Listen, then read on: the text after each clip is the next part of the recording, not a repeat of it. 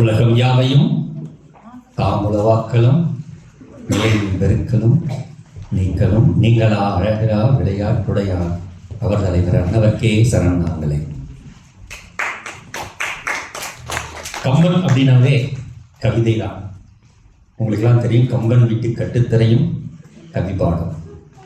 அதுபோல இன்றைக்கு இந்த கவிதையை பாடுறதுக்காக நாம ஒரு அருமையான ஒரு குழுவை நாம செலக்ட் பண்ணியிருக்கிறோம்.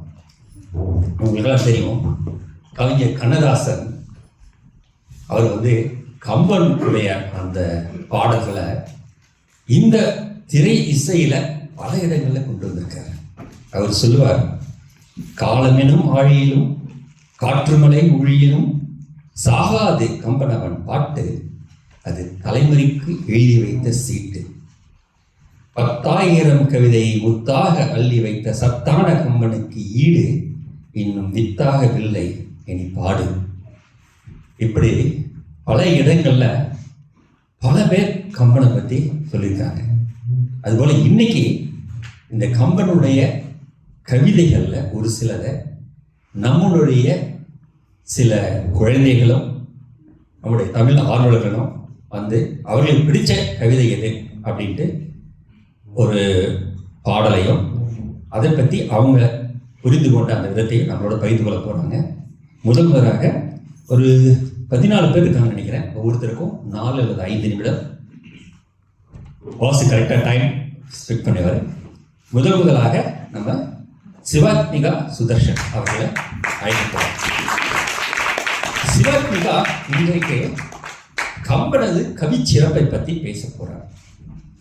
சோர் வேலி காலேஜ் கண்டெடுத்த ஒரு சுடரொளி பாரண பா என கம்பன் மீது பார்வையை செலுத்த ஒரு பைந்தமிழ் அரசி. சீர்கொண்ட இவரின் பார்வையை நேர்கொண்டு கேட்போம் பாருங்கள்.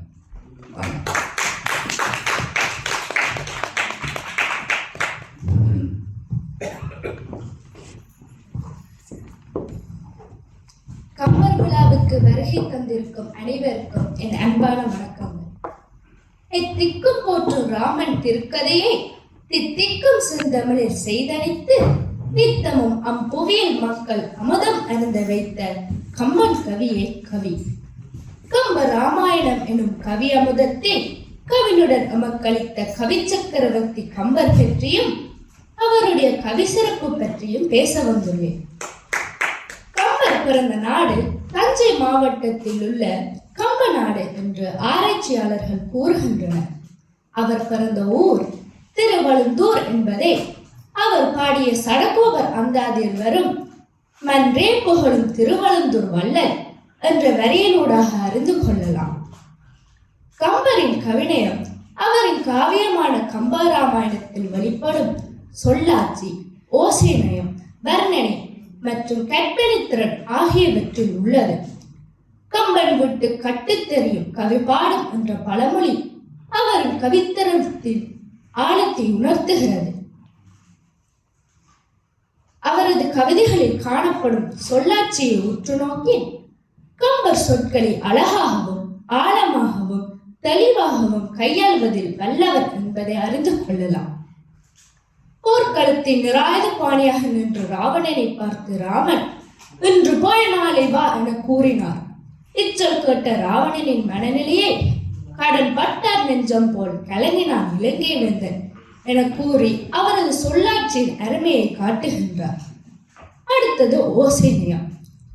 கம்பர் கவிதைகளுக்கு உயிரூட்டும் வகையில் ஒளிநயத்துடன் கவிதைகளை இயற்றினார். இது வாசிப்பவர்களுக்கு மனதிற்கினிய அனுபவத்தை தருகிறது. அடுத்ததாக வர்ணனையை பார்ப்போமானால் மலை, கடல், வனம், போர் ஆகியவற்றை மிகவும் தத்ரூபமாக வர்ணித்துள்ளார். வாசகர்களுக்கு அக்காட்சிகளை நேரில் பார்ப்பது போன்ற அனுபவம் கிடைக்கின்றது. கம்பர் கற்பனை திறனில் மிகவும் உயர்ந்த நிலையில் இருந்தார்.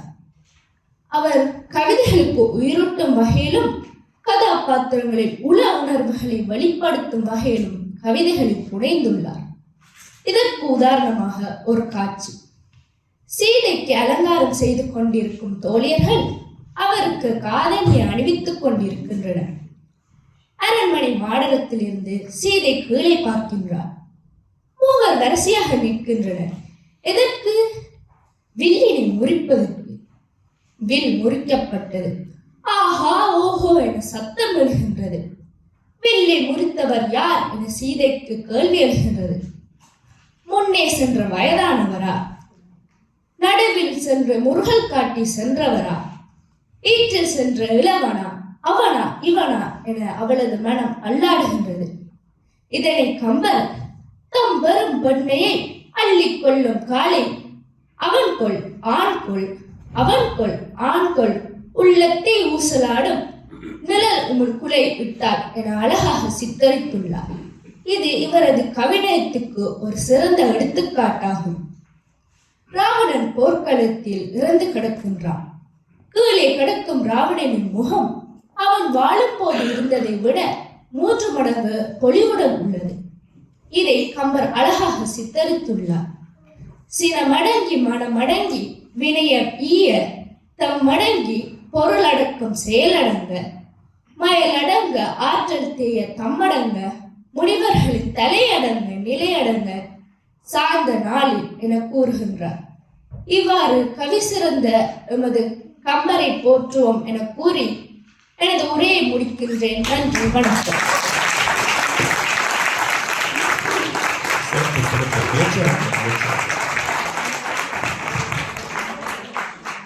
சிவாத்மேகா மிக அழகாக மிக தெளிவான தமிழோடு அதுவும் கம்பனுடைய அந்த வரிகளை மிக ஞாபகம் வைத்துக் கொண்டு சோல்வேலி காலேஜில் பல பட்டங்களை வாங்கியிருக்காங்க.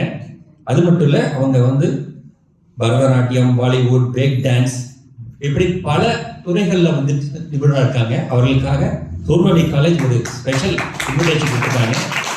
வாழ்த்துக்கள், சிறப்பு. இரண்டாவது, அவர்கள் லிஸ்டட் தமிழ் கல்வி கலைக்குழுவோட ஒரு மாணவி. அவங்க சார்பாக சிறப்பிக்கிறதுக்காக அருணகுமார் வந்திருக்காங்க. அவர்கள் நாம் 3வது அழைப்போம்.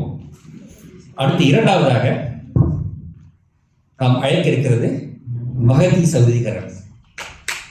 மகதி சௌதிகரன் அவருடைய அப்பா பட்டிமன்றத்தில் சிறப்பான பேச்சாளர்.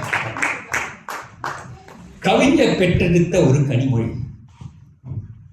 படங்கள், பாட்டுக்கள், பரதம் என பலவற்றிலும் தன் திறமையை காட்டக்கூடிய ஒரு அருமையான ஒரு யுவதி. படங்கள் வரைய கற்றுக்கொண்ட அந்த பாவினி டீச்சர், அதானே அவங்க பேர், அவர்கள் மூலம் பாட்டுகளை கற்றுக் கொடுக்கிறதுக்காக திருமக்கள் திரு ஸ்ரீராம்ஜி அவர்களிடமும் பரதம் கற்றுக்கொண்டது காயத்ரி சௌரி சங்கர் அப்படின்ற அந்த டீச்சர்கிட்டும் அவங்க ரொம்ப சிலாகியத்தின் நேற்று இரவு சொல்லியிருந்தாங்க. அவர்கள் இன்று அரியணை அனுமன் தாங்க என்ற தலைப்பின் கீழே பேசுறதுக்காக இருக்காங்க. வாங்க அவங்க பேச.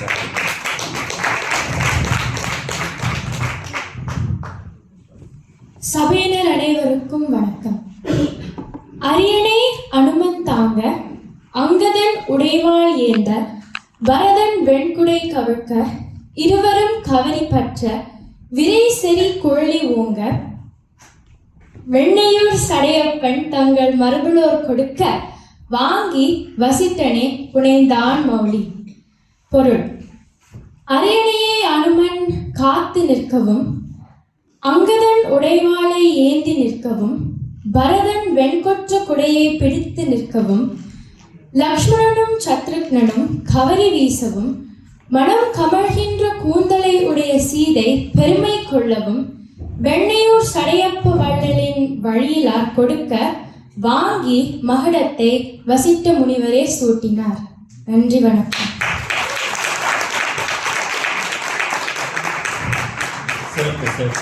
மிக அருமையாக பேசினீர்கள். அடுத்து நம்ம கிருத்திகா மோகன் இன்னைக்கு வர முடியல, அவங்க அம்மா வந்திருக்காங்க. அவர்களை நம்ம பின்னால் அழைப்போம். அடுத்து நம்முடைய அருணகுமார் கம்பெனி கவித்துவ ஆளுமையை பேச வந்த ஒரு லெஸ்டர் தமிழ் குழுமத்தினுடைய மிகப்பெரிய ஆளுமை. நேற்றைக்கு அவருடைய பேசும்போது கம்பன் என்ற கடலில் நான் கலக்க வந்த ஒரு சிறு நதி என்று சொன்னார். கம்பனிலும் ஆழியிலே கலக்க வந்த இந்த பேரோடையை கவித்துவத்தை சொல்ல வந்த அருணகுமாரின் அந்த உரையை நாம் அருமையாக கேட்போம். வாங்க போகலாம்.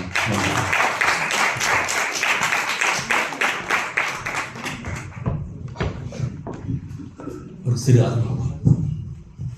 நன்றி.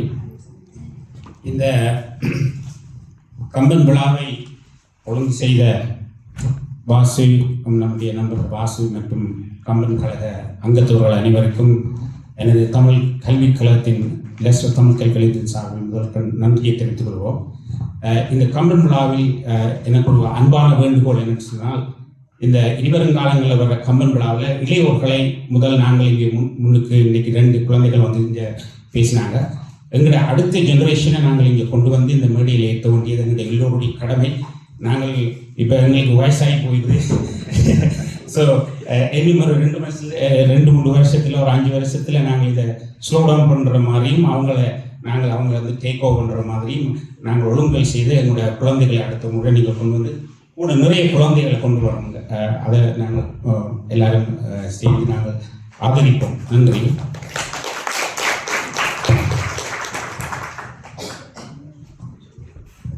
கம்பரது கவித்துவ ஆளுமையை பற்றி ஒரு சில உதாரணங்களோடு நான் இங்கே கூறிக்கொள்ள விரும்புகிறேன். இந்த முதற்கண் இந்த விழாவை சிறப்பிக்க வந்திருக்கின்ற அனைத்து தமிழ் உள்ளங்களுக்கும் எனது முதற்கண் வணக்கத்தையும் நன்றியையும் தெரிவித்துக் கொள்கிறேன். கவி சக்கரவர்த்தி கம்பனுடைய கவித்துவ ஆளுமையை பற்றி நிறைய சொல்லிக்கொண்டே போகலாம். ஆனால் நான் ஒரு சில உதாரணங்களை இங்கே சொல்ல விரும்புகிறேன். அவரது ஆளுமை என்பது ஆழ்ந்த கவித்திறன், அருந்தமிழ் சொல்லாட்சி, அற்புதம் நிறைந்த கற்பனை வளம், அணையே இல்லாத உணர்ச்சி பெருக்கு மற்றும் அழகு மிகுந்த மொழிநடை ஆகியவற்றால் ஆனது என்றால் மிகையாகாது. மேலும் ஒரு நுணுக்கமாக நாங்கள் இதை பார்க்கும் பொழுது, முடிவெடுக்கும் திறன், நேர்முறை எண்ணங்கள், தகவல் பரிமாற்ற திறன், நேரத்தை கையாளுதல் என்பதும் ஒரு ஆளுமை பண்புகளாக இங்கே பார்க்கப்படுகிறது. முகாமைத்துவம் என்று வரும்பொழுது, அதாவது மேனேஜ்மெண்ட் என்று வரும்பொழுது இப்படியான சில திறன்கள் நமக்கு தேவையாகும். உதாரணமாக முடிவெடுக்கும் திறன், அதற்கு ஒரு உதாரணம். ராமன் கானகம் செல்ல தயாராகும் பொழுது சீதையை அங்கே விட்டுவிட்டு செல்வதற்கு தயாராகிறாள். அந்த நேரத்திலே சீதை ராமனை பார்த்து, நான் உடனே உன்னோட கணவனோட வருவதற்காக விருப்பம் தெரிவிக்கிறாள். அதை எப்படி முடிவெடுக்கிறாள் என்றதை, முடிவெடுக்கும் திறனை பற்றி இங்கே கம்பன் கூறுகின்றான். பரிவு இகந்த மனத்து ஒரு பற்றி இல்லாது ஒருவுகின்றன, ஊழி அரைக்கலும் எரியும் என்பது யாண்டுடையது, ஈண்டு நின் பிரிவினும் சுடுமோ பெருங்காடு. அதாவது ஆழி சூரியனுடைய வெப்பம், அந்த வெப்பத்தினுடைய அந்த சுடும் திறனை விட இந்த நான் பிரிவிலாலே நான் அந்த அந்த சுடுகின்ற அந்த இது பிரிவி துயர், அந்த பெருங்காடுக்குள்ள வர்ற துயரை விட பெரிசா என்று சொல்லி உடனே தானும் அந்த ராமனோட காட்டுக்கு செல்வதற்காக அரண்மனையிலே போய் மரபுரி தரித்து ராமனுடைய கையை பிடித்து கொண்டு கானகம் செல்ல தயாராகிறார். இதிலே கம்பனுடைய இந்த முடிவெடுக்கும் திறன், அதாவது எண்ணுதல், துணிதல், செய்தல் என்ற 3ம் விரைந்தே நிகழ்ந்தன. சீதை சற்றும் யோசிக்கவில்லை, தயாராகி நின்றால் தனிப்பெரும் துணைவியாக தன் கணவனுடன் கானகம் செல்ல. அடுத்ததாக தகவல் பரிமாற்றம் என்ற தலைப்பிலே கம்பனுடைய கவித்துவ ஆளுமை ஒரு உதாரணம் சொல்ல விரும்புகிறேன். கண்டனன் கற்பிலிக்கு அணியை கண்களால், தென்திரை அலைகடல் இலங்கை தென்னகர், அண்டர் நாயக இனி துரத்தி ஐயமும் பண்டு உலகுயரும் என்று அனுமன் பண்ணுவார். இதிலே தன்னுடைய துணவியின் பிரிவால் துயரத்தில் துடித்துக் கொண்டிருக்கின்ற கலங்கின்ற ராமனுக்கு மன ஆறுதலுக்காக முதலில் கூற வேண்டிய தகவல் என்ன? கண்டேன். அந்த முதலிலே அவருடைய ஆவலை உடனே நிவர்த்தி செய்வதற்காக கண்டேன் என்று சொன்னார்.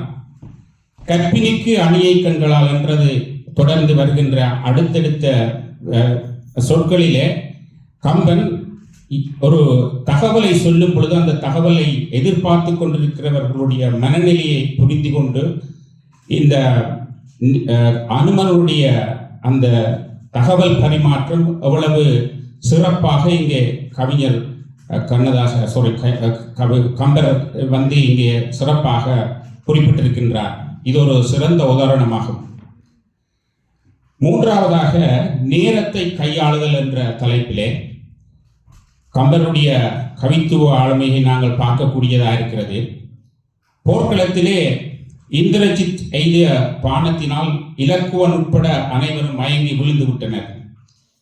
அவர்களின் மயக்கத்தை நீக்க சாம்பனின் ஆலோசனைப்படி அனுமனை சஞ்சீவி மூலிகைகளை கொண்டு வர சாம்பன் சொல்லுகின்றான். மூலிகையை தேடிக்கொண்டிருக்க நேரமில்லை என்ற அனுமன் அந்த மூலிகைகள் இருக்கின்ற அந்த மலையையே பெயர்த்து கொண்டு இலங்கைக்கு செல்லுகின்றான். என்றால் அங்கே நேரத்துக்கு இடமில்லை, தாமதம் அங்கே நடக்கக்கூடாது என்பதற்காக நேரத்தை கையாளுதலுக்கு இங்கே கம்பன் சொல்லியிருக்கின்ற இந்த மூன்றாவது உதாரணம் மிகவும் திறமையான ஒரு உதாரணமாக இருக்கின்றது.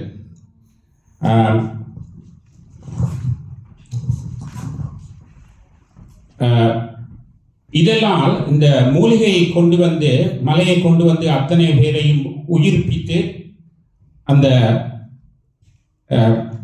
போர் நடந்து ராமன் வெற்றி பெறுகின்றான். அதற்காக ராமன் அனுமானை கூப்பிட்டு நீங்கள் அவருடைய செய்த நன்றி உதவியை அவருக்கு நன்றியாக சொல்லுகிறார். அதற்காக மாருதி தன்னை ஐயன் மகிழ்ந்து இறுதி அருளின் நோக்கி ஆர் உதவிடுதற்கு ஒத்தார் நீ அல்லார் பைம்பூன் போர் உதவிய தின்தோளாய் பொருந்துற புல்லுகு என்றார். அதாவது உன்னை விட சிறந்த வெகு இந்த உதவியை செய்வதற்கு வேறு யாரும் இல்லை என்று ராமன் நன்றி உணர்ச்சியோடு அந்த அனுமனுக்கு இந்த நிகழ்ச்சி இந்த தருணத்திலே நேரத்தை கருத்தில் கொண்டு இந்த இடந்த யுத்தத்திலே வெற்றி பெற வருவதற்காக ராமர் அனுமனை நன்றி சொல்லியிருக்கின்றார். ஸோ இந்த மூன்றையும் நான் ஒரு சிறந்த உதாரணமாக பார்க்க முடிகிறது. இத்தோடு நான் என்னுடைய சிற்றுரையை முடித்துக் கொள்கிறேன். வாய்ப்பு நன்றி கூறி விடைபெறுகிறேன். நன்றி. சிறப்பு மிக சிறப்பான உரையை நிகழ்த்தியிருக்கிறார். தொடர்ந்து வரும் நம் கம்பர் விழாவில் நாம் குழந்தைகளையும் இளையோரையும் அழைத்து இதை சிறப்பான நிகழ்ச்சிகளாக நடத்துவோம். நன்றி. அடுத்து நாம் அழைக்க இருப்பது சந்தியா ஞானவேலு அவர்கள். சந்தியா ஞானவேலு கண்டனன் கற்பிணிக்கு அணியினை என்ற தலைப்பின் கீழ் பேச உள்ளார். அவங்க ஆக்குபேஷன் ஹெல்த் மேனேஜர், மிகச்சிறந்த ஒரு தமிழ் ஆர்வலர், பட்டிமன்ற பேச்சாளர் கூட. சந்தியா ஞானத்தை தன் பேச்சில் நிறுத்தியவர். தன் பேச்சிலும் வாய்வீச்சிலும் ஏன் தன் மூச்சிலும் தேர்ச்சியாக பேசவல்ல சந்தியாவை நாம் அழைப்போம். வாங்க.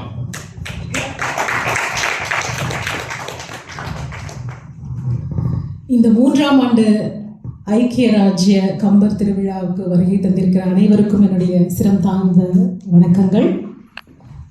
இன்னைக்கு நான் பேச போகிற எனக்கு கம்பராமாயணத்தில் நிறைய பாடல்கள் எல்லாருக்குமே பிடிச்சிருக்கோம்.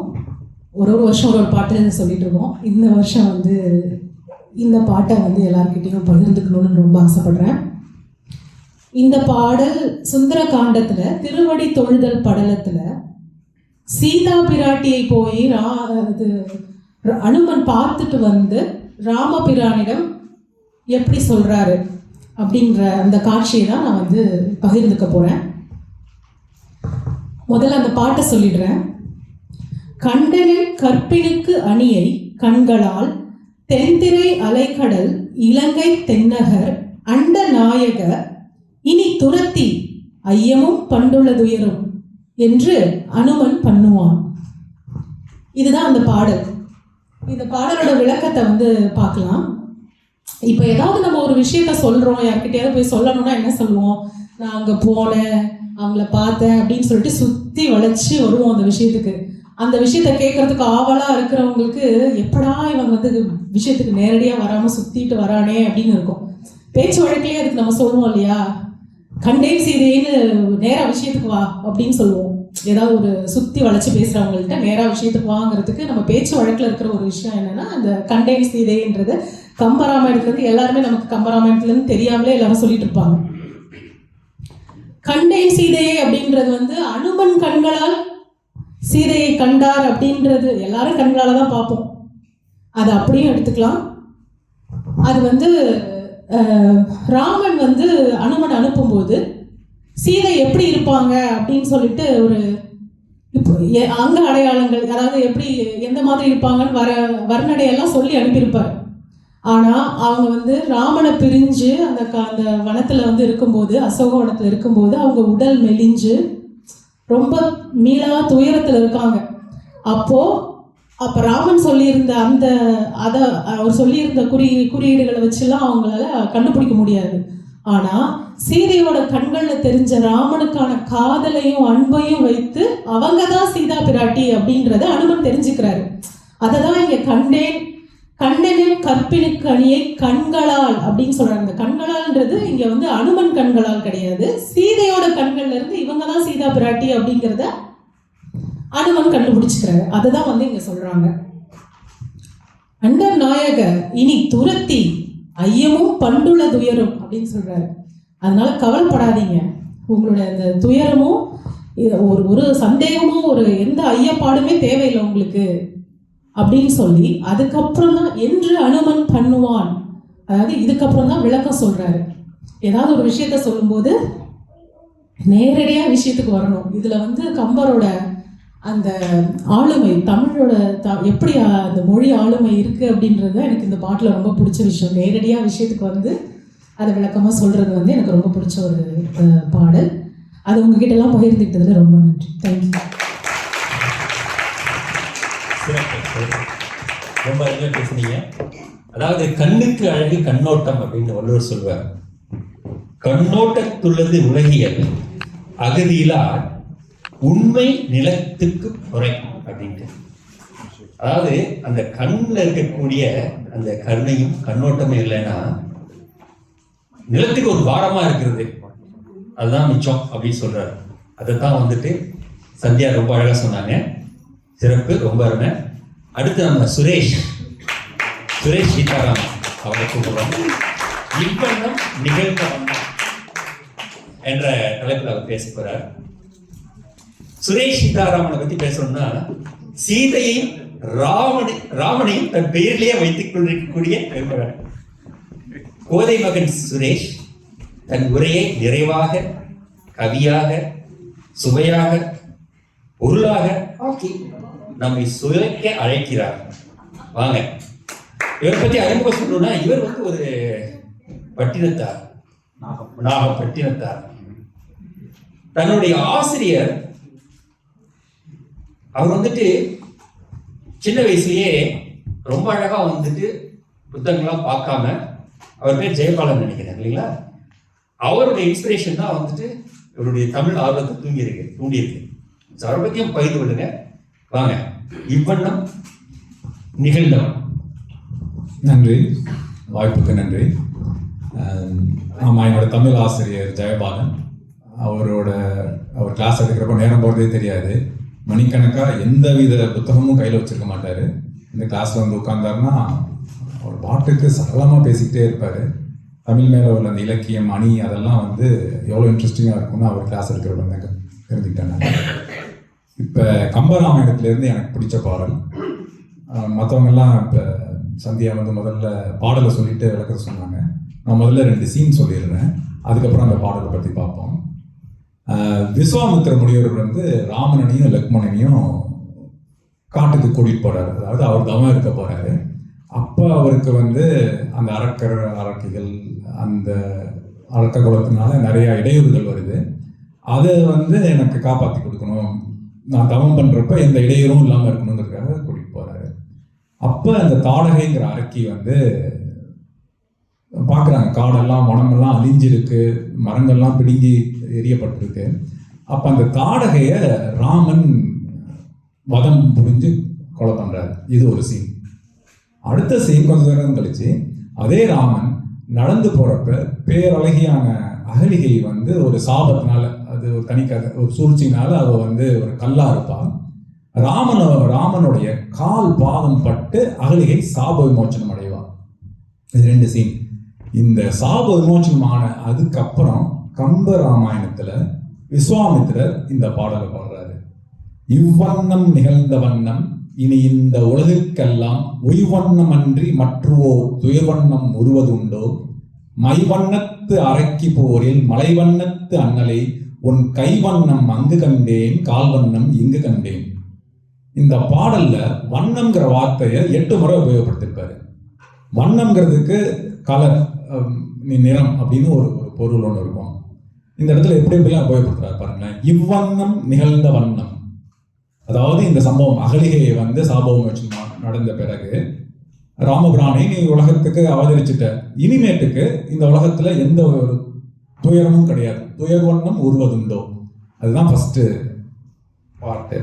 2வது மைவண்ணத்து அரக்கி போரில் மலைவண்ணத்து அண்ணலே, நம்ம நடுவர் சொல்லியிருந்தார்ல, இந்த கான்டெக்ட்ல பார்க்கணும்னு. இந்த இடத்துல அந்த வண்ணம், இந்த கலர் வந்து மை வண்ணம், அடுத்து மலை வண்ணத்து. மைங்கிறது அந்த டை, அந்த கலரு, அது வந்து கருப்பு கலர்ல இருக்கும். அது வந்து அந்த கருப்பு மை வண்ணத்து கருப்பை வந்து அரக்கியோட ரிலேட் பண்றாரு. மலை வண்ணம் கார் மேகம், அந்த கார் மேகம் வந்து நல்லது கொண்டு வரும். அந்த கார் வண்ணத்து அண்ணலே அப்படின்னு ராமபிரான சொல்றாரு.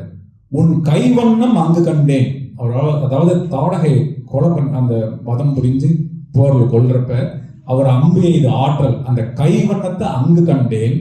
கால் வண்ணம் அகலிகையை வந்து காலில் மிதிப்பட்டு காலில் பட்டு சாபோச்சனம் நடந்தப்ப இந்த கால் வண்ணத்தை இங்கு கண்டேன் அப்படிங்கிற அந்த பாடல் எனக்கு ரொம்ப பிடிச்ச பாடல். இந்த பாடலை பார்த்து தான் நம்ம கண்ணதாசன் இன்ஸ்பயர் ஆயிருக்கு. அந்த பாடல் உங்களுக்கு என்னன்னு தெரியுதுங்களா? சொல்லுங்க, யாருக்கு இந்த பாடல் தெரியும்? பாட தெரியாது. பால் வண்ணம் பருவம் கண்டு வேல் வண்ணம் விழிகள் கண்டு மான் வண்ணம் நான் கண்டு வாடுகிறேன், கண் வண்ணம் அங்கே கண்டேன், கை வண்ணம் இங்கே கண்டேன், பெண் வண்ணம் நோய் கொண்டு வாடுகிறேன். இந்த மாதிரி அது ஆக்சுவலா 16 முறை சொல்லுவார் கண்ணதாசன். இந்த பாடல் எனக்கு ரொம்ப பிடிச்ச பாடல். ரொம்ப அருமை, ரொம்ப அருமையா சொன்னீங்க.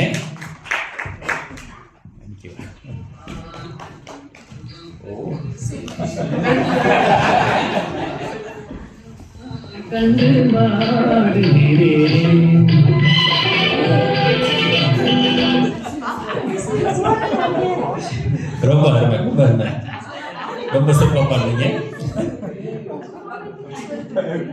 நன்றி, நன்றி சுரேஷ். அடுத்து நம்ம அழைக்கிறது பரதன் மாணிக்கசாமி. வாங்க பரதன். மாணிக்கத்தையே தன்னுடைய பெயர்ல வச்சிருக்கிறார் பரதன். சிறப்பு மனநல செவிலியர். தன்னுரை கூற வந்த தகையவன் பரதன் தன்னை புன்னகை உள்ளத்தோடு புகற்றுக என வாழ்விப்போம். வாங்க. ஸோ அவர் பேச போறது ஆன்றவன் அவ்வுரை கூற. நன்றி, நன்றி கந்தா. முதல்ல உட்கார்ந்துக்கிறேங்க. நன்றி. ஏதாவது பிடிச்சிட்டு பேச முடியாது. தேங்க்யூ.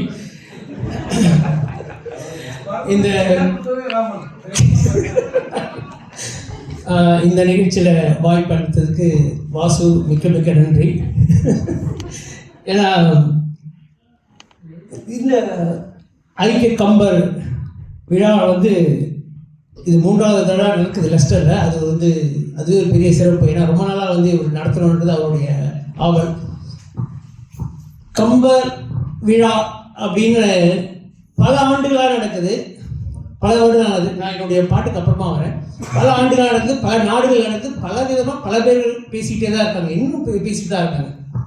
இதே அவ்வளோ சிறப்பு. ஏன் கம்பராமாயணம் நம்ம அவ்வளோ சிறப்பாக பேசுகிறோம் அப்படின்னா, இந்த இந்த கம்பராமாயணம் வந்து இதுலேருந்து நம்ம வாழ்க்கைக்கு நிறைய தெரிஞ்சு கொள்றதுக்கு, நிறைய கற்றுக்கொள்றதுக்கு நிறைய இருக்குது.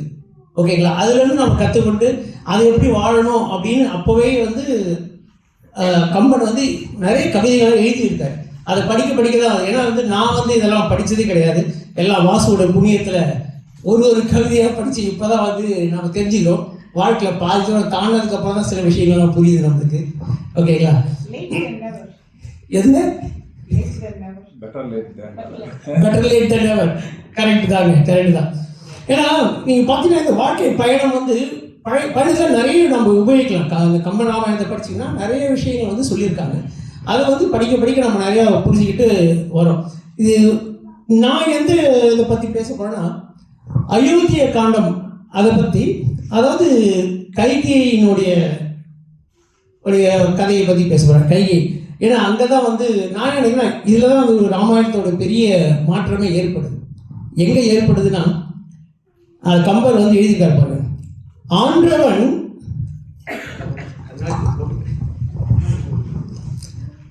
ஆன்றவன் அவ்வுரை கூற ஐயம் இல்லால் தோன்றிய பேரவலம் துடைத்தல் உண்டே சான்று இமையோர்க்குளமாக மன்னா நீ அன்று ஏன்ற வரங்கள் இரண்டும் ஈதி என்றார். இது நம்ம எல்லாருமே தெரியும். அதாவது 2 வரத்தை கொடுங்க அப்படின்ட்டாங்க. என்ன 2 வரன்றது உங்களுக்கு தெரியும். ஏன்னா அங்கதான் எல்லாமே மாறும். 2 வரும். ஒன்று வந்து ராமன் காட்டுக்கு போகணும், இன்னொன்று வந்து பரதன் நாட்டை ஆள வேண்டும். இந்த சிச்சுவேஷனே ஏன் வந்துச்சு? எதுக்காக இந்த சிச்சுவேஷன் வந்துச்சு? ஏன்னா தசரதன் 2 வரங்கள் கொடுக்குறேன்னு எப்போ ஒத்துக்கிட்டாரு?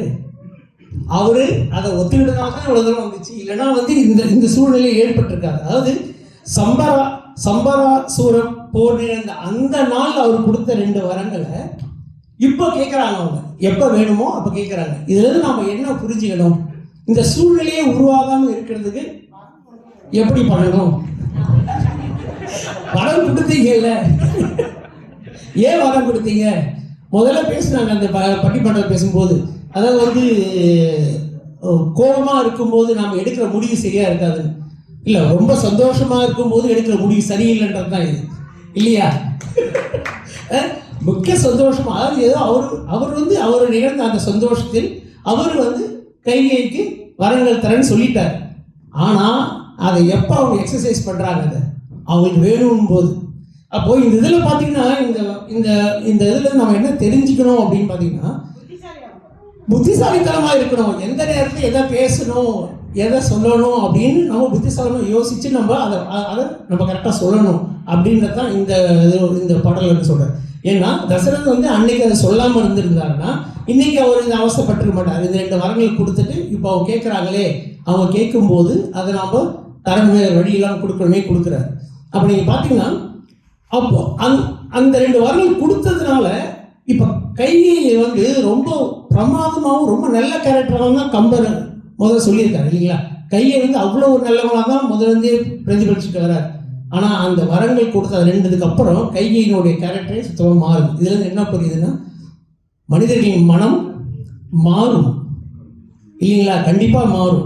அப்போ இதில் நம்ம என்ன வாழ்க்கையில் கற்றுக்கணும்னா, ஒருத்தவங்க வந்து இவங்க இப்படி தான் இருப்பாங்க அப்படின்னு நம்ம கரெக்டாக ஒருத்தவங்க பண்ண முடியாது. ஒருத்தரும் ஒரு சூழ்நிலைக்கு ஏற்ற மாதிரி ஒவ்வொருத்தர் மனங்களும் மாறும், இல்லைங்களா? இதில் நம்ம என்ன கற்றுக்கணும்னா, நம்மளுக்கு எப்போ நம்ம சந்தோஷமாக இருந்தாலும் சரி, துக்கமாக இருந்தாலும் சரி, நாம் ஏதாவது பேசணும்னு நினச்சா யோசித்து ரொம்ப நிதானமாக தான் நம்ம பேசணும், சரிங்களா? அது ஒன்று. அது நம்மளுக்கு அகெயின்ஸ்டாக வராமல் இருக்கிற மாதிரி நம்ம பார்த்துக்கணும். அது நம்ம கற்றுக்க வேண்டியது. இப்போ நிறைய பேர் ஆங்கிலம் படம் பார்த்துருப்பீங்க. எப்போதும் பார்த்தீங்கன்னா அந்த போலீஸ் வந்து அரெஸ்ட் பண்ணும்போதே ஃபர்ஸ்ட் வார்த்தை என்ன சொல்லுவாங்க தெரியுங்களா? You have the right to remain silent, இல்லைங்களா? அதுக்கு அடுத்தது what ever you say will be used against you in the court. அதுதான் நடந்தது. அவர் சொன்னார் சந்தோஷமா இருக்கும்போது 2 வரங்கள் தரேன்னு சொன்னார். அமைதியாக இல்லாமல் அதே 2 வரங்களை இப்போ கோர்ட்டில் அவருக்கு அகெயின்ஸ்டாகவே அந்த 2 வரங்களையும் யூஸ் பண்ணிட்டாங்க இல்லைங்களா. அதுக்கப்புறம் எல்லாமே புரட்டி போட்டு அவரும் இறந்து போகிறார், அவரும் காட்டுக்கு போய் இந்த கதையும் இது அதை சொல்கிறது தான், வேற ஒன்றும் இல்லை. இதுதான் எனக்கு ரொம்ப பிடிச்சது. அதை இந்த ராமாயணத்தில் நாங்கள் தெரிஞ்சுக்கிட்டது என்னென்னா எப்படி நாம் வந்து அமைதியாக இருக்கணும், எது வந்தாலும் எப்படி நம்ம கரெக்டாக கையாளணும் அப்படின்றது தான் இதில் நான் கற்றுக்கிட்டு வாய்ப்பளிச்சது ரொம்ப நன்றி. தேங்க்யூ. நன்றி மனிதர்கள் சில நேரம் தடமாறலாம், மனங்களும் குணங்களும் தடமாறலாம். இந்த பாட்டு ஒரு பாட்டு கேட்டுக்கிட்டீங்க. ஒரு எக்ஸ்பைரி டேட் போட்டு அனுப்பிச்சிருந்தா இந்த பிரச்சனையே இல்ல வரதுக்கு. அதேதான் டிலே பண்ணிட்டே விட்டாரு. சரியா ஒரு மனநல அந்த செவிலியரா இருக்கும்போது பாத்தீங்கன்னா ரொம்ப ரொம்ப டிப்ரெஷன்ல இருக்கும்போதும் அதே மாதிரி சூப்பர் எக்ஸைட்டடா இருக்கும்போதும் நம்ம டெசிஷன் எடுக்கக்கூடாது அப்படிங்கிறதுக்கு இது ஒரு எக்ஸாம்பிள் அப்படின்ட்டு வந்துட்டு நம்ம பாரதன் சொல்லி போயிருக்காங்க. அடுத்தது நம்ம அழைக்க இருக்கிறது வந்து சாந்தி மோகன் அவங்க. அவங்க வந்து கூனியுடைய அறிமுகத்தை பத்தி பேச வந்திருக்காங்க. ஆணித்தரமாக அன்னை மொழி பேசி கூனி குறுகி குழையாமல் தான் இந்த மன்றத்தில் தமிழ் பேச ஆசையுடன் கூனி அறிமுகத்தை கூற வருகின்றார் சாந்தி மோகன். வாங்க.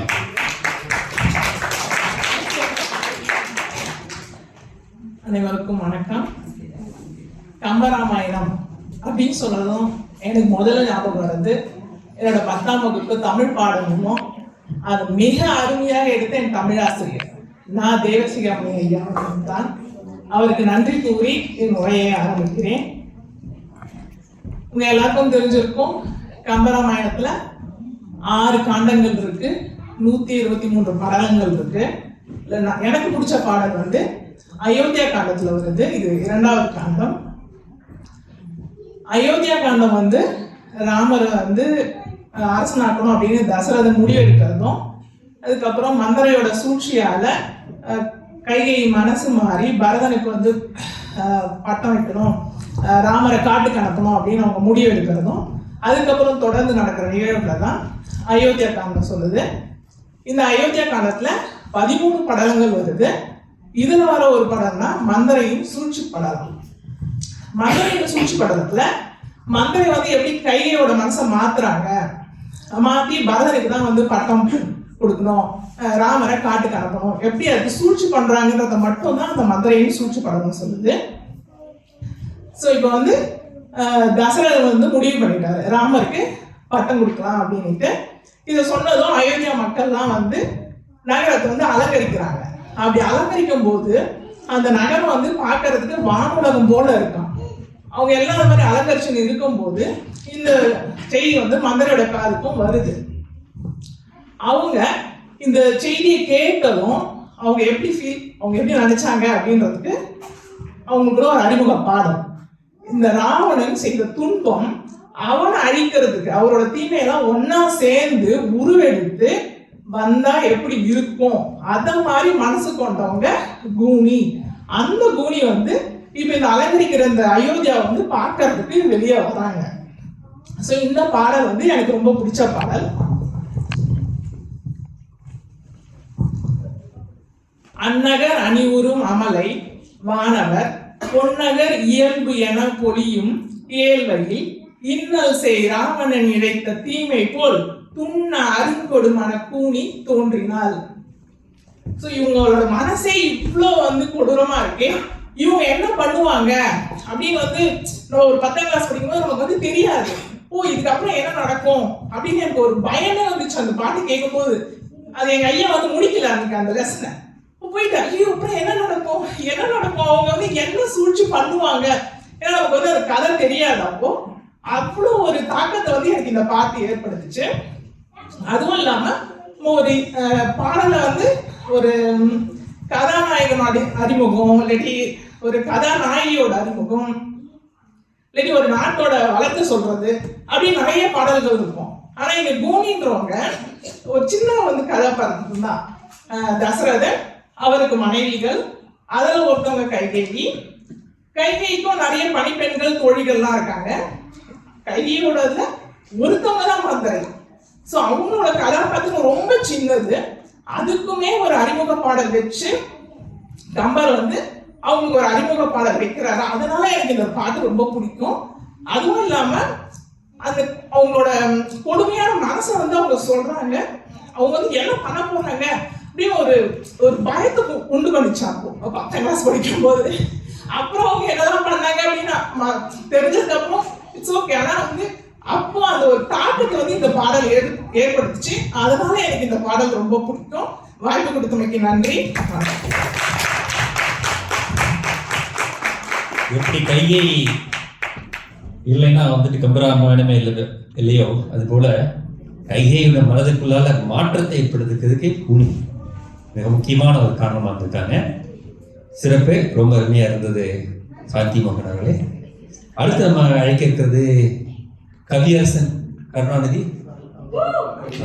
ஓகே ஓகே, அவரை பின்னால் அழைப்போம். அடுத்து நம்ம அவர் பின்னால் இருக்கிறதுனால மூன்றாவதாக அகிலா. ரக்பியில் வந்துட்டு அகிலா வர்றாங்க. நதியின் பிழை என்று ஊழின் அந்த ஆற்றலை பேச வந்திருக்காங்க. ஏன்னா எந்த பிழையும் செய்யாத மனிதர்களே கிடையாது. ஏன்னா வேண்டிய பிழையும் வேண்டா பிழையும் விதியின் பிழையும் நம்மளை ஆண்டுவிடக் கூடாது என்று நாம் எல்லாருமே இருக்கோம். ஆனால் எல்லா பிழையும் ஆகூலாக மாற்றுவது எப்படி என்று அணிந்துரை பாட வருகிறார் அகிலா. நன்றி. முதலில் இங்கு பேசுவதற்கு வாய்ப்பளித்த ஐக்கிய ராஜ்ய கம்பர் திருவிழா குழுவினர் அனைவருக்கும் எனது நன்றியை தெரிவித்துக் கொள்கிறேன். எனக்கு முன்பாக பேசிய அனைவரும் மிக அருமையாக பேசினார்கள். அதற்கு முன்பு பேசிய பட்டிமன்றம் என்னுடைய பள்ளி பருவத்திற்கும் கல்லூரி பருவத்திற்குமே அழைத்து சென்றது. இந்த வாய்ப்பு கொடுத்ததற்கு மிகவும் நன்றி. இங்கு வந்துள்ள அனைவருக்கும் எனது வணக்கத்தை தெரிவித்துக் கொள்கிறேன். ரொம்ப வருஷம் கழிச்சு பேசுறதுனால எனக்கு கொஞ்சம் பதட்டமா இருக்குது.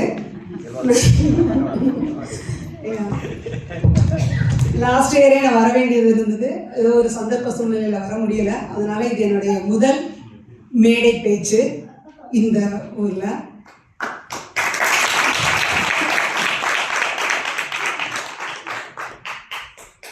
கம்பன் என்ற பெரும் பெயரை நினைக்கும் போதே கவிதை என்ற கன்னிகை தான் வருவாள் இங்கே.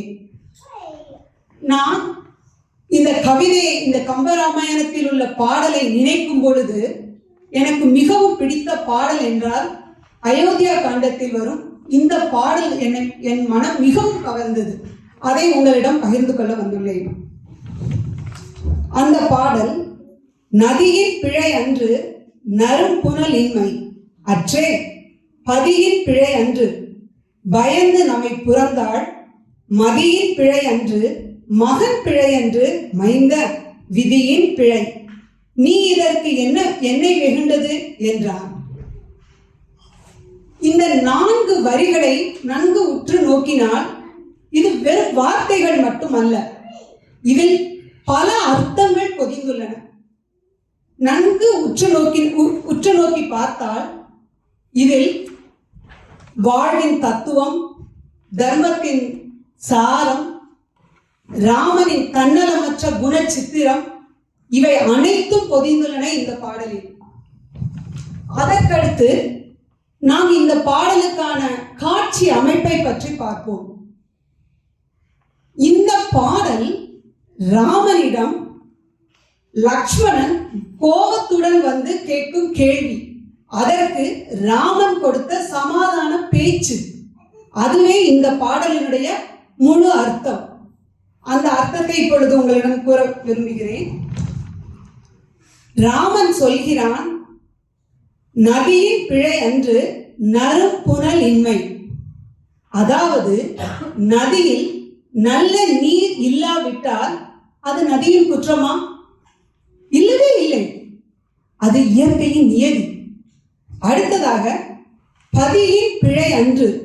அதுபோல நமது தந்தை தசரத சக்கரவர்த்தி, அவரது குற்றமா? அதுவும் அல்ல. அவர் கொடுத்த வாக்கிற்காக, அவர் அதற்காகத்தான் அந்த கைகேயிக்கு கொடுத்த வாக்கிற்காகத்தான் இந்த சூழ்நிலை அமைகிறது. அடுத்ததாக, பயந்து நம்மை புறந்தாள் மதியின் பிழை என்று, மகன் பிழை என்று. நம்மை பெற்றெடுத்த அன்னை கைகேயி குற்றமும் அல்ல, அவளுடைய மகன் பரதனின் குற்றமும் அல்ல. இப்பொழுது ராமன், இப்பொழுது இதுவரைக்கும் இந்த வரிகளில் பார்த்தால் யாவரின் குற்றமும் அல்ல அப்படி என்று நமக்கு புரிகிறது. பின்னர் யார் குற்றவாளி? இதற்கு ராமன் ஒரே வார்த்தையில் ஒரு முற்றுப்புள்ளி வைக்கிறான். அது என்னவென்றால், விதியின் பிழை. இது காலத்தின் கோலம், விதியின் சதி. நீ இந்த சிறு காரணத்திற்காகவா லக்ஷ்மணா ராமனிடம் கோபம் கொண்டு வெகுண்டது என்று கேட்கிறான் ராமன். இந்த பாடலை நன்கு உற்று நோக்கி பாருங்கள், எவ்வளவு ஒரு அருமையான பாடல் இது. இந்த பாடலில் கம்பனினுடைய கவி சிறப்பு தெரிகிறது. இது மனித மனத்தின் உணர்ச்சிகளை ஆழமாக காட்டுகிறது. ஒரு பக்கம் கோபத்தை அடக்கும் அந்த சமாதான பேச்சையும் ஒருங்கே காட்டுகிறது இந்த பாடல். இந்த பாடலை நாம் நினைக்கும் போது இது என்றென்றும் எந்தவித காலத்திலும் அழியாமல் நிற்கும் என்பது ஐயமில்லை. கம்பன் இல்லை என்றால் தமிழ் என்பது கிடையாது. கவிதை என்றும் மனம் வீசாது என்று கூறி வாய்ப்பளித்தமைக்கு நன்றி கூறி விடைபெறுகிறேன். நன்றி.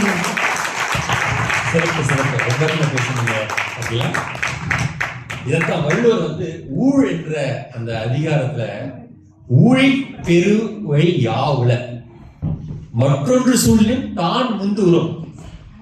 நீ என்னதான் பிளான் பண்ணி எப்படிதான் இருந்தாலும் அது முன்னால நிற்கும். அதான் அந்த பொருள்ல சொல்றாங்க. ரொம்ப அருமையா இருந்தது. அடுத்தது என்னவல் சாய்ஸ்தா வர்றாங்க. வாங்க. இழந்த பணி அளவு என்ற தலைப்புல எப்படி அழைத்தாலும் இயல்பாய் பேசுவோம் சித்திரம் படைத்த சித்திர செல்வி சாய்சுதா வாங்க.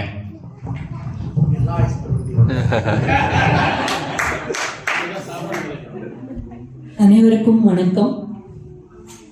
தேடிச் சோறு நிதம் தின்று பல சின்னஞ்சிறு கதைகள் பேசி மனம் வாடி துன்பம் மிக உழன்று பிறர் வாட பல செயல்கள் செய்து நரை கூடி கிழப் பருவமெய்தி கொடும் கூற்றுக்கென பின் மாயும் பல வேடிக்கை மனிதரைப் போல் நான் வீழ்வேன் என்று நினைத்தாயோ என்று பாடி எனக்கு தமிழும் சமூக அக்கறையும் ஊட்டிய மகாகவி பாரதியை மனதில் வணங்கி நான் பேச ஆரம்பிக்கின்றேன்.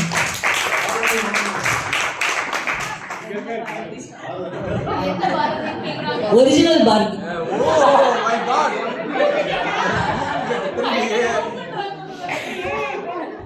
இப்போ நான் கம்பருடைய கவிதையை சொல்றதுக்கு முன்னாடி அது எந்த இடத்துல வருதுன்னு பார்ப்போம்.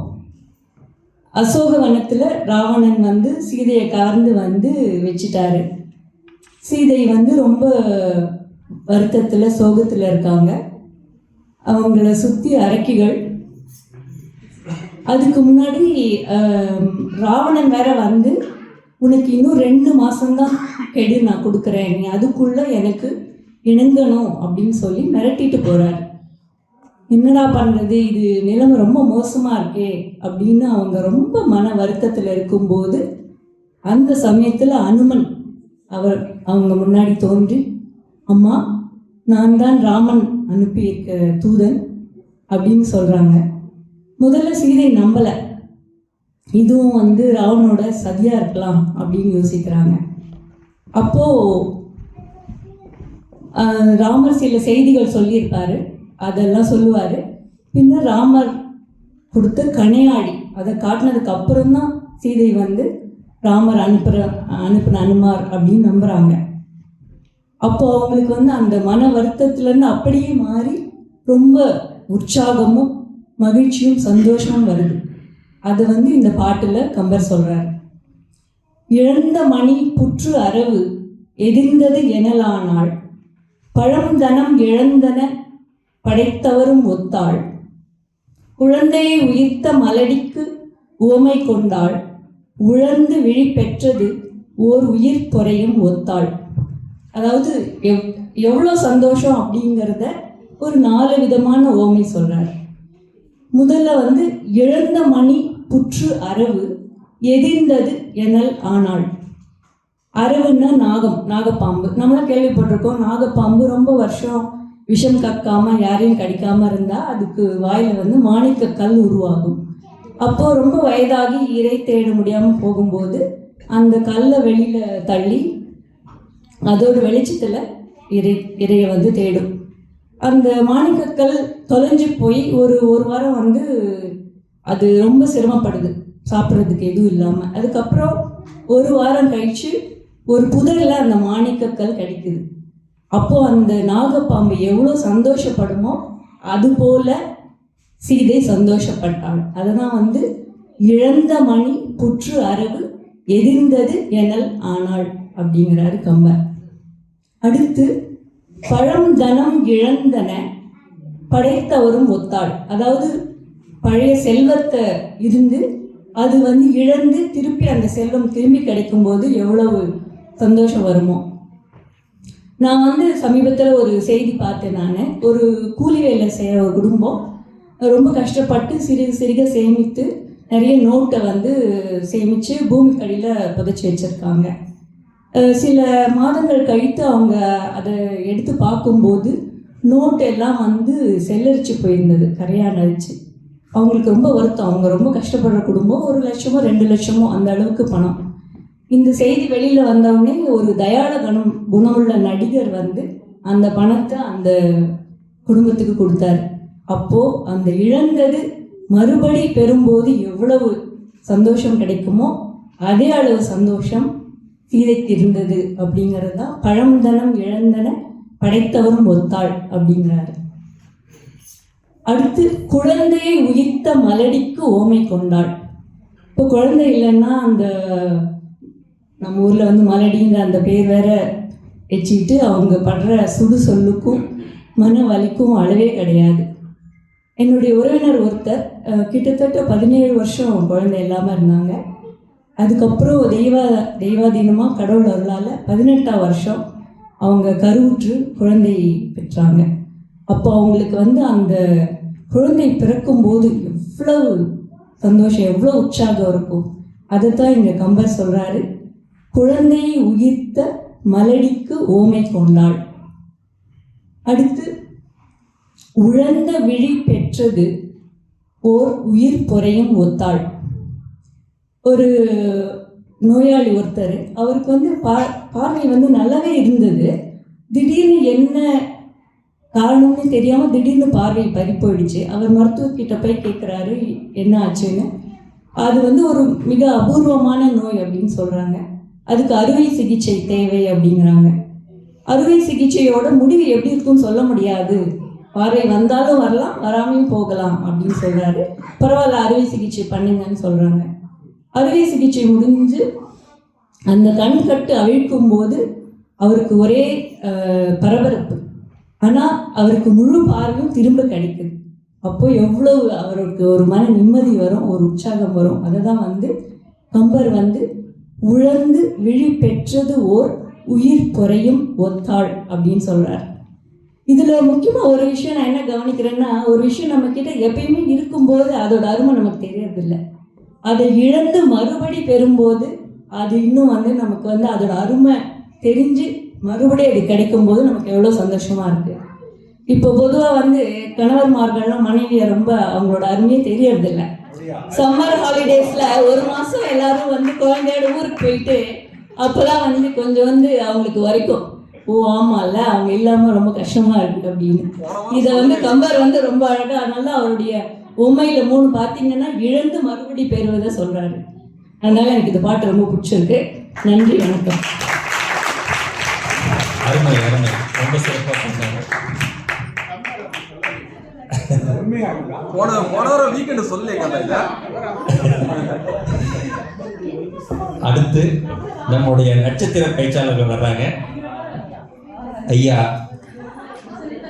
மாணிக்கம் ஜெயமூர்த்தி அவர்கள். அவர் ஜெயமூர்த்தி அல்ல, செயல்மூர்த்தி.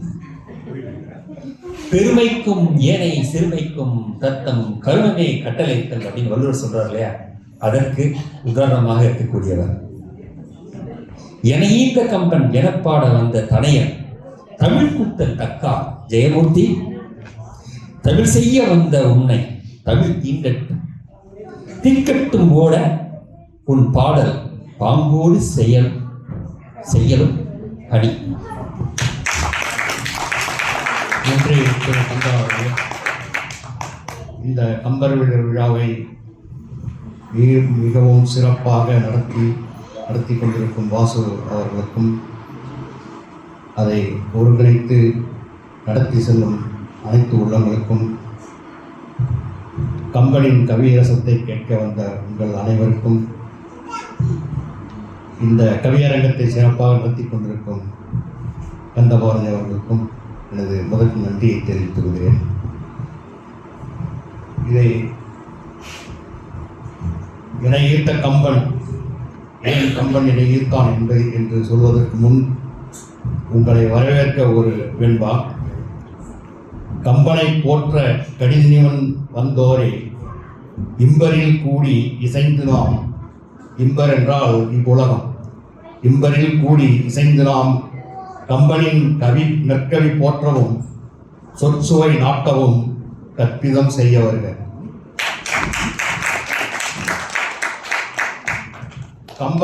கம்பராமாயணம் ஒரு பக்கம் இருக்க, கம்பனின் கவிநயத்தை பற்றி சிலாகித்து அவரவர் பேசினார்கள். கம்பனை எனக்கு ஏன் பிடிக்கும் என்று சில ஒன்று இரண்டு பாடல்களில் சொல்கிறேன். முதற்கண் கடவுள் வாழ்த்து. நடுவர் அவர்களே கடவுள் வாழ்த்தை முதல் பாடிதான் துவங்கினார்கள். உலகம் யாவையும் தாம் உளவாக்களும் நிலை பெறுத்தலும் நீக்கலும் நீங்களா அழகிலா விளையாட்டுடையார் அவர் தலைவர் அன்னவர்க்கே சரண் நாங்களே. இந்த பாடல் எந்த கடவுளை பற்றி பாடியிருக்கிறார் என்று யாராவது சொல்ல முடியுமா? இது எந்த கடவுளை பற்றியும் கடவுளை பற்றிய பாடலும் அல்ல.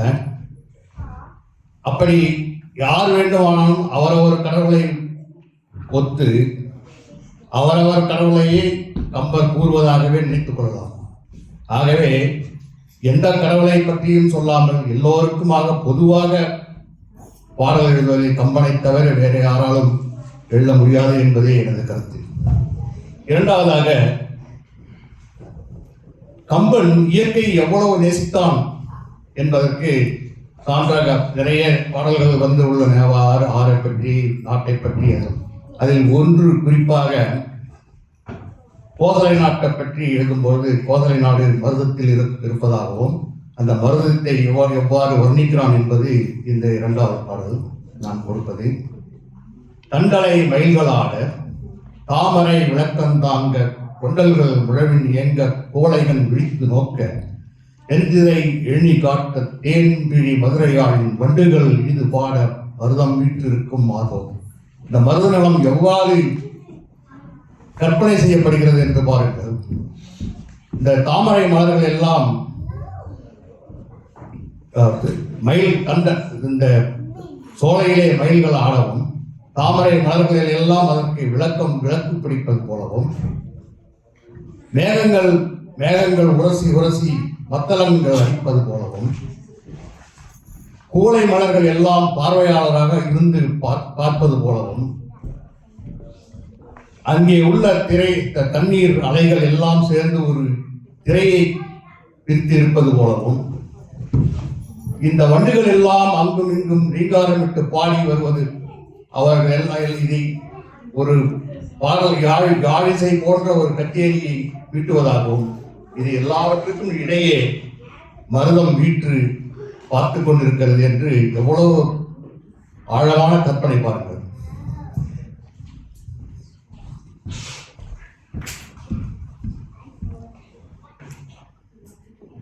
அடுத்து நான் இங்கே பதிவு செய்ய விரும்புவது, நாம் எல்லோரும் கம்பனை பற்றி பேசும்போது கம்பன் எழுதிய கம்பராமாயணத்தை பற்றி மட்டுமே பேசுகிறோம். கம்பன்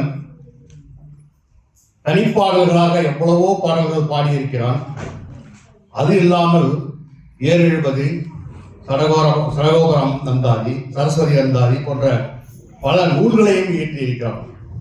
அந்த பாடல்களை எல்லாம் ஏனோ நமக்கு பள்ளி பருவத்திலும் கற்பிக்கப்படவில்லை. இங்கேயும் இது போன்ற விழாக்களில் யாரும் அதை பற்றி பேசுவதோ பாடுவதுமே இல்லை. ஆகவே கம்பன் எழுதிய 770 என்ற நூலிலிருந்து ஒரு சில பாடல்களை உங்களுக்கு தருகிறேன்.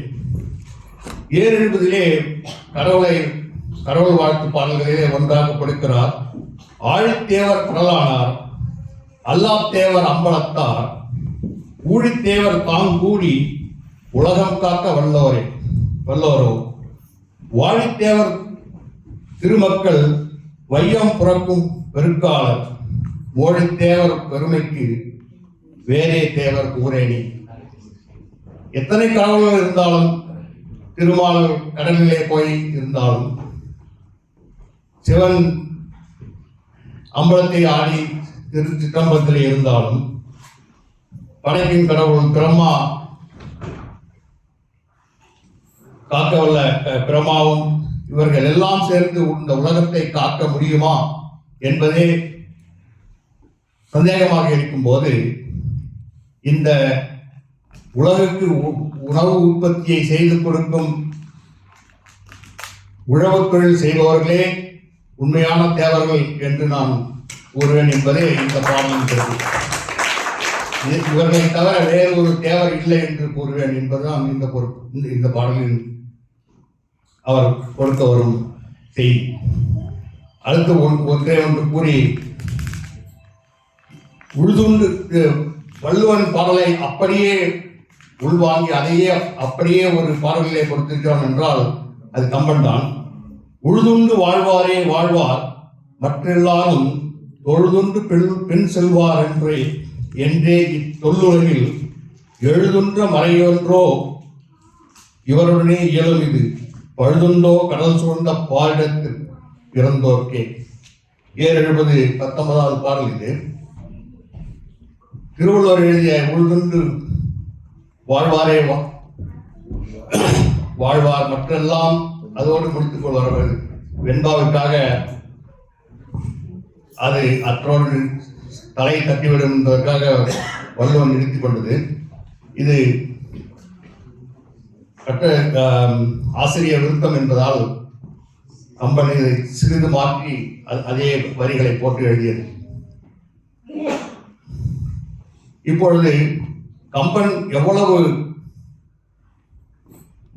கலை நுணுக்கத்தோடு அந்த 70 பாடல்களையும் 79 பாடல்களையும் எழுதி உழவுத் தொழில் செய்பவர்களுக்கு ஒவ்வொரு அந்த உழவுத் தொழிலே வருகின்ற ஒவ்வொரு செயல்பாடுகளுக்கும் நான் நாட்டு முடி செயல் ஒட்டுதல் எந்த இது எடுத்தாலும் நுகத்தடி நுகத்த ஆணி எல்லாவற்றுக்கும் பாடல் எழுதி உழவின் சிறப்பை மேம்பட பாடியிருக்கிறான் என்று இங்கே பதிவு செய்து விரும்புகிறேன்.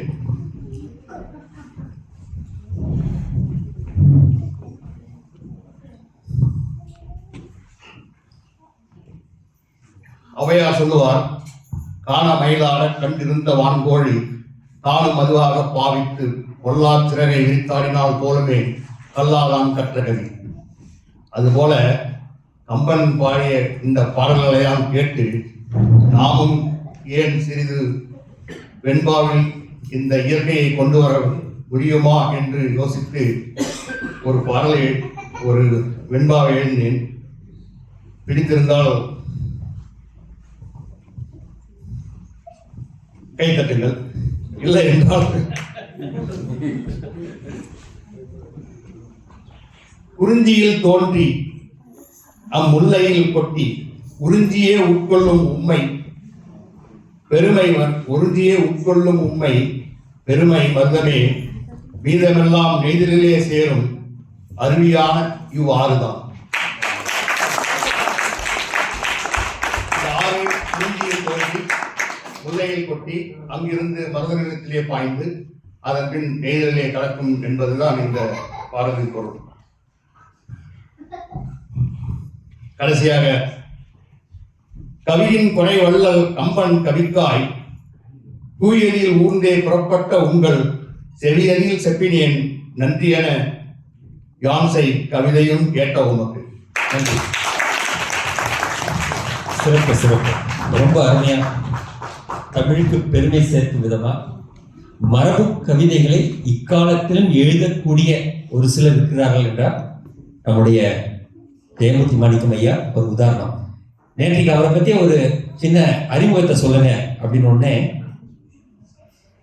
அவர் எழுதியிருந்தார். அதுக்கே கற்றேன் அறிவியல் கல்வியும் நான் அதில் பெற்றேன் பெரும்பட்டம் தக்காராய். தக்கார்னா உங்களுக்கு தெரியும், அது முனைவருக்கான ஒரு சரியான தமிழ் பதம். கற்றேன் அறிவியல் கல்வியும் நான் அதில் பெற்றேன் பெரும்பட்டம் தக்காராய். சற்றேனும் தீந்தமிழை பாராமல் டிக்கெட் ஓடிவிட்டே பைந்தமிழை பாட வந்தேன் என்று அப்படின்ட்டு ஒரு அருமையான ஒரு கவிதையை மரபு கவிதையை அமைச்சிருந்தார். அப்படிப்பட்ட ஒரு குச்சிப்பாளையம் கொடுத்த ஒரு தமிழ் கூத்தர், திருவெண்ணை நல்லூர் திரட்டிய ஒரு தமிழ் கடல். உங்களுடைய அருமையான இந்த பேச்சுக்கு இந்த நம்முடைய கம்பர் மன்றம் செவிசாய்க்கிறது ரொம்ப அருமையா இருந்தது. நன்றி, வாழ்த்துக்கள். அடுத்து நம்முடைய வாசுக்காக நான் எழுதின ஒரு சிறு உரைநடை கவிதையை வாசிச்சேன். ஆசுகவி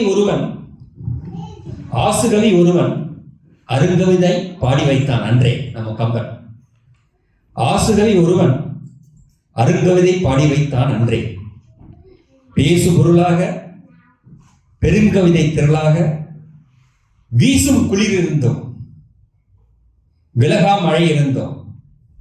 பாச பெருமக்கள் நீவீர் பகிர்ந்தளித்த தமிழ் இன்று வாசு என ஒருவன் வந்து சிறப்பிப்பான்.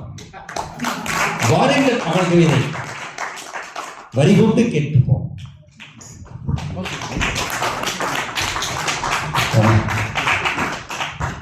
நடுவர் கருத்து பேச அனுமதித்தவர்கள் கேட்கிறேன். நல்ல விஷயம் என்னன்னா, இதுதான் கடைசி பாட்டு. இதுக்கப்புறம் இரவு உணவு வந்துடும் நினைக்கிறேன்.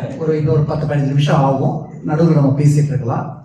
ஸோ நிறைய பாடல்கள் கம்பரில் எனக்கு பிடிக்கும். கம்பரோட அடிக்ட் தான் சொல்லலாம், அந்த அளவு பாடல் வெளிய. அதில் நிறைய பாட்டு சீரியஸான பாட்டுலாம் நிறைய பேர் சொல்லிட்டாங்க. ஒரு லேசான பாடல் ஆரம்பத்தில் நாட்டுப்படலம் ஆற்றுப்படலம்லாம் வரும்போது ஒரு லேசான ஒரு பாடல் இருக்கு. அதில் முதல்ல ஒரு 5 வருஷம் முன்னாடி படிக்கும்போது இது ஒரு சாதாரண பாட்டு தான் நினச்சேன். அதுக்கப்புறம் ஒரு 2 வருஷம் படிக்கும்போது அதோட கவித்துவம் எனக்கு புரிஞ்சுது. இன்னொரு 2 வருஷம் கழிச்சு படிக்கும்போது அதோட தத்துவம் புரியுது வேற மாதிரி. அது எப்படி புரிஞ்சுதுன்றத பகிர்ந்துக்கிறதுக்காக நான் வந்திருக்கேன். அவ்வளோதான். பாடலை முதல்ல சொல்கிறேன். சேல் உண்ட செங்கடாரின் திரிகின்ற செங்கால் அன்னம் மாலுண்ட நளினப்பள்ளி வளர்த்திய மலரை பிள்ளை காலுண்ட சேற்று மேலி கன்று உள்ளி கடிப்ப சோர்ந்த பாலுண்டு துயில பச்சை தேரை தாளாட்டும் பண்ணை. பாட்டு கொஞ்சம் புரியாத மாதிரி தான் இருக்கும். பட் நான் விளக்கம் சொன்னேன்னா உங்களுக்கு எல்லாம் ரொம்ப புரியும். இது ஒரு டைரக்டர் எப்படி ஒரு படம் எடுப்பாரோ அந்த மாதிரி கம்பர் எடுத்திருக்காரு. இது நாட்டுப்படத்துல அந்த அயோத்தியா கோசல நாட்டோட வளமையை சொல்றதுக்காக அவர் விவரிக்கிறார். முதல்ல எப்பவுமே அந்த காலத்துல பாடல் சொல்லும் போது அந்த நாடு எப்படி இருந்தது, அங்க இருந்த வயல்கள் எப்படி இருந்தன, அங்க இருந்த ஆறு எப்படி இருந்தது, அப்புறம் அங்க இருந்த மனிதர்கள் எப்படி இருந்தாங்கன்னு சொல்லிட்டு தான் ராஜாவை இன்ட்ரடியூஸ் பண்ணுவாங்க. ஸ்ட்ரெயிட்டா இப்போ ரஜினிகாந்த் மாதிரி ஸ்ட்ரெயிட்டா காலை அப்படியே ஓடி வந்து அப்படியே காட்டுற மாதிரி கிடையாது. இது ஒவ்வொன்றா சொல்லுவாங்க. ஸோ இந்த மருத நலம் அயோத்தியாவில் வளமையா இருந்தோம். அது எப்படி இருந்ததுன்றத இந்த பாட்டு 4 வரியில சொல்றாரு. ஸோ பார்த்தீங்கன்னா எப்படின்னா, அன்னப்பறவை சிவந்த காலோட அன்னப்பறவை இருக்கு. அந்த அன்னப்பறவைலாம் வெளியில போயிருக்கான், அந்த ஆற்றை விட்டு நாட்டுக்குள்ள போயிருக்கான். எதுக்கு அந்த அன்னப்பறவைலாம் போயிருக்குன்னா, அயோத்தியாவில் இருக்கிற பெண்களோட கண்கள் வந்து நல்லா அழகா இருக்குமா, அந்த பெண்கள் நடை எப்படி இருக்குன்னு பார்த்து இந்த அன்னப்பறவை வந்து நடை கத்துக்கிறதுக்காக எல்லா அன்னப்பறவையும் ஊருக்குள்ள போயிருக்கான். யூஸ்வலா நம்ம என்ன சொல்லுவோம், இந்த காலத்துல அன்னம் போல நடை அப்படின்னு சொல்லுவோம். ஆனா அந்த காலத்துல அயோத்தியா பெண்கள் எவ்வளவு அழகாக இருந்தாங்கன்னா, இந்த அண்ணெல்லாம் வந்து போய் ஊருக்குள்ள போய் அந்த பெண்கள் எவ்வளவு அழகா நடக்கிறாங்கன்னு பார்த்துக்கிட்டு கத்துக்கிட்டு வந்து நடக்கிறதுக்கு போயிருக்கான். இதான் ஃபர்ஸ்ட் லைடு. அப்போ அந்த அன்னப்பறவைக்கு குட்டி குஞ்சு எல்லாம் இருக்குமே, அது என்ன பண்ணுவாங்க, குழந்தைய பார்த்துக்கிற வேலை இருக்குல்ல, அந்த குஞ்செல்லாம் என்ன பண்ணாங்கன்னா தாமரை பூவை வச்சுட்டு சின்ன குஞ்சுகளை வச்சுட்டு போயிட்டாங்களாம். அந்த அப்பா நிறைய கிடையாது. அந்த காலத்துல ஃபேஷன் அழகுக்கு அவ்வளவு மதிப்பு இருந்திருக்கு. குழந்தைய பூல விட்டுட்டு அது பாட்டு போயிட்டாங்க குழந்தை பார்த்துக்கிறதுக்கு. ஸோ அந்த குழந்தை வந்து சின்ன அன்னக்குஞ்சு தாமரை பூல படுத்துட்டு இருக்கு. பொம்பளைக்கு போனால் வரத்துக்கு நேரம் ஆகும், பசிக்குது. அப்போ அது அழுது, அந்த குழந்தைங்கள்லாம் அழுதான், தாமரை பூல அழுது. அழுத உடனே என்ன பண்ணுது, அந்த பக்கம் மருத நிலம் வந்து வளமான நிலம், எருமைலாம் நிறைய பெருசா இருக்கும், சேத்துக்கால எருமை நடந்து வந்துகிட்டே இருக்கு. குழந்தை அழகை பார்த்தோன்னா எருமை வந்து அந்த எருமையோட அந்த வச்சிருக்கிற விவசாயிட்ட குழந்தை இருக்கு, கண்ணுக்குட்டி இருக்கு. கண்ணுக்குட்டி ஞாபகம் வந்துருச்சான். கண்ணுக்குட்டி ஞாபகம் வந்தோன்னு அந்த எருமை என்ன பண்ணிச்சா, அந்த இதை நினைச்சோட கணைச்சு பால் தானா சுரந்துதான், எருமை பால் தானா சுரந்த குழந்தைய நினைச்சு அவ்வளோ வளமான எருமைகள் தானா சுரம். அந்த எருமை சுரந்த பாலை அந்த அன்னக்குச்சி குடிச்சிட்டு, சின்ன குட்டி குடிச்சிட்டு படுச்சான். படுக்கும்போது தாலாட்டு பாடணும்ல, அங்க இருந்த பச்சை தேரைகள், தவளைகள், குட்டி தவளைகள் அந்த ஸ்ரீகாரம் பாடலாம். பாடும்போது அதை கேட்டுட்டு அப்படியே அந்த குஞ்சு படுத்துச்சான். ஸோ இதுதான் பாட்டு. ஓகேங்களா? இந்த பாட்டுக்கு அப்போ தத்துவம் அடுத்து வர. ஸோ சேல் உண்ட ஒன்கனாரில் திரிகின்ற செங்கால் அண்ணம். சேல் உண்டன்னா அந்த சிவப்பா இருக்கிற அந்த காவலுடைய அந்த அண்ணன் வந்து அப்படியே நல்ல அழகான கண்ணோட திரிஞ்சுக்கிட்டு இருக்கான். மாலுண்ட நளின பள்ளி வளர்த்திய மழலை பிள்ளை. மாலுண்டன்னா பெருமையான அந்த தாமரை பூல இருக்கிற பள்ளி, அந்த பெட்டு மாதிரி வச்சுக்கிட்டு அதுல அந்த மழலை பிள்ளைய வளர்த்துட்டு அப்படியே விட்டுட்டு போயிருக்கான். காலுண்ட சேற்று மேதி, சேருகிற காலோட வந்து அந்த எருவ மாடு, மேதினா எருவ மாடு, கன்று உள்ளி அந்த கண்ணுக்குட்டியை நினைச்சு கணைப்ப சோர்ந்த கணைச்சிச்சான். அப்ப பால் சுரந்துச்சான். பால் உண்டு துயில தூங்கிடுச்சு, பச்சை தேரை தாளாட்டும் பண்ணை. ஸோ சேலுண்ட செங்கனாரின் திரிகின்ற செங்கால் அன்னம், மாலுண்ட மணிரப்பள்ளி வளர்த்திய மழை பிள்ளை, காலுண்ட சேற்று மேய்தி கன்று உள்ளி கணைப்ப சோர்ந்த பாலுண்டு துயில பச்சை தேரை தாளாட்டும் பண்ணை. இது முதல்ல படிக்கும் போது எனக்கு சரியா புரியல. ரெண்டாவது படிக்கும் போது ஓகே இதை விளக்கம் புரிஞ்சுது. அப்புறம் தான் விளக்க உரை படிக்கும் போது இது அர்த்தம் புரிஞ்சுது. இது அர்த்தம் என்னன்னா, நியாயமா எரும மாட்டோட பால் யாருக்கு போடும், யாருக்கு போடும் நினைக்கிறீங்க? கண்ணுக்குட்டிக்கு தான் போகணும் இல்ல? கண்ணுக்குட்டிக்கு கிடைக்கல, ஏன்னா கண்ணுக்குட்டி ஊர்ல இருக்கு, மாடு மேயறதுக்கு இந்த நிலத்துக்கு வந்துருச்சு. சரி, கண்ணுக்குட்டி கிடைக்கல, அடுத்து யாருக்கு கிடைக்கணும்? மாட்டுக்காரனுக்கு கிடைக்கணும். ஏன்னா அந்த மாட்டுக்காரன் உறிஞ்சு அதை விற்கணும், அதுக்குதான் அதை வளர்க்குறான், அதுக்கும் கிடைக்கல. அப்ப யாருக்கு கிடைச்சது கடைசியா? எருமை கண்ணுக்குட்டிக்கும் கிடைக்கல, ஓனர் மாட்டுக்காரனுக்கும் கிடைக்கல. கிடைச்சது யாரு? இந்த குட்டி அன்னக்குஞ்சு. பதவி வந்து ராமருக்கு கிடைக்கணும், கிடைக்கல. ஓகேயா? ராமருக்கு கிடைக்கல. சரி, பரதனுக்கு கேட்டாங்க, அவங்க அம்மாவும் அப்பாவும் அந்த வார்த்தால பரதனுக்கு கொடுத்தாங்க, பரதனுக்கும் கிடைக்கல. கடைசியில் அந்த அரியணை யாருக்கு கிடைச்சதுன்னா அந்த பாதுகைக்கு தான் கிடைச்சது, அந்த செருப்புக்கு தான் கிடைச்சது. அதைத்தான் முதலே கம்பர் இதுல சொல்றாரு, இது கிடைக்க வேண்டிய கண்ணுக்குட்டிக்கும் கிடைக்கல, மாட்டுக்காரனுக்கும் கிடைக்கல, கிடைக்க போறதுனோ பாதுகைக்கு தான் இந்த அழகான ஒரு பாட்டுல சொல்லியிருக்காரு. நன்றி, அனைவருக்கும் நன்றி. நன்றி உரை. ஐ திங்க் இதை வந்து இந்த வருஷம் நடத்தலாமா வேணாமா அப்படின்னு நினைச்சுக்கிட்டு இருந்தோம். ஒரு சிறிய இடைவெளி, நிறைய விழாக்கள் வந்தது. ஆனால் அந்த குறுகிய இடைவெளியில இத்தனை பேர் வந்தீங்க, ரொம்ப நன்றி, ரொம்ப ரொம்ப நன்றி. இதுக்கு ஏற்பாடுக்கு உதவி செஞ்ச அனைவருக்கும், சுரேஷ், விசு, கவி, சுப்பு எல்லாம் இங்க வந்து ஏற்பாடு செஞ்ச அனைவருக்கும் ரொம்ப ரொம்ப நன்றி. பட்டிமன்றத்துல நடுவராகவும் பேச்சாளர்களும் இருந்த அனைவருக்கும் ரொம்ப நன்றி. கவியரங்க எல்லாருக்கும் நன்றி. கந்தா பாரதி கவியரங்கத்தை முடிச்சுடுவார், அடுத்து அவர்கிட்ட கொடுக்குறேன். ரொம்ப நன்றி. பல ஊர்கள்ல இருந்து, ஸ்விண்டன்ல இருந்து ஸ்டோக்-ஆன்-ட்ரெண்ட் வரைக்கும் பல ஊர்கள்ல இருந்து வந்த அனைத்து மக்களுக்கும் நன்றி. இரவு உணவு இன்னொரு 10-15 நிமிஷத்துல வந்துடும், அதுக்கு நடுவில் வேற ஏதாவது பேசணும் நம்ம பேசலாம். ரொம்ப ரொம்ப நன்றி. பத்திரமா வீட்டுக்கு திரும்பி போங்க. கந்தா கிட்ட முடிவு முடிக்க சொல்லி கவிதை கொடுத்துருந்தேன். நன்றி. ரொம்ப அருமையா இருக்கு. அதாவது இதை படிக்கும்போது இந்த கடவுளுடைய அந்த பாதுகைக்கு அவ்வளவு ஒரு மதிப்பும் மரியாதையும் இருக்கு. அதாவது கவி சக்கரவர்த்தி கம்பன் இதை எப்படி நம்ம மாணிக்கம் ஜெயமூர்த்தி ஐயா அந்த முதல் பாடல்ல எந்த கடவுள் அப்படின்னு கேட்டார் இல்லையா, அதுக்கு அவருடைய அந்த பாடலே இன்னைக்கு அதை நம்ம செல்வனையோட நான் பகிர்ந்துட்டேன்.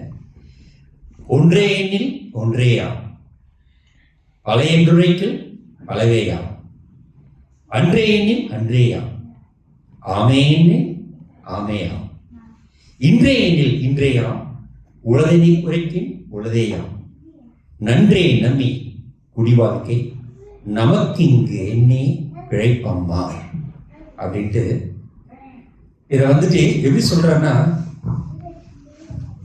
உளதெனில் உருவம், உளதெனில் அருவம், உளதெனில் எழுதெனில் இவைகுணம் உடையவன், உளநிறு தகவே ஒழிவிலன் பறந்தே அப்படின்ட்டு அபிராமி அந்தாதியில இந்த மாதிரி ஒரு பாட்டு இருக்கிறதுனா இருக்கு, இல்லைன்னா இல்லை. அதை பார்க்கிறவனை பொறுத்து அந்த பார்வையும் மாறுது, அந்த பாதையும் இருக்கு அப்படிங்கிறது தான் கவிச்சக்கரத்தை சொல்றாங்க. நம்முடைய எல்லா திருமுறைகளும் சொல்லுது. இந்த கம்பர் விழா இந்த வருஷம் ரொம்ப சிறப்பாக இருந்தது. எனக்கு ரொம்ப ரொம்ப அருமையான மகிழ்ச்சி. பட்டிமன்றம் என்னால் ரொம்ப அருமையாக இருந்தது. ஸோ இதை பங்கு பெற்ற எல்லோருக்கும் நன்றி. சிறப்பாக இதை நடத்தி கொடுத்த வாசு உங்கள் அனைவருக்கும் ரொம்ப நன்றி. அது ஒரு 10 நிமிஷம் பேசிட்டு இருங்க.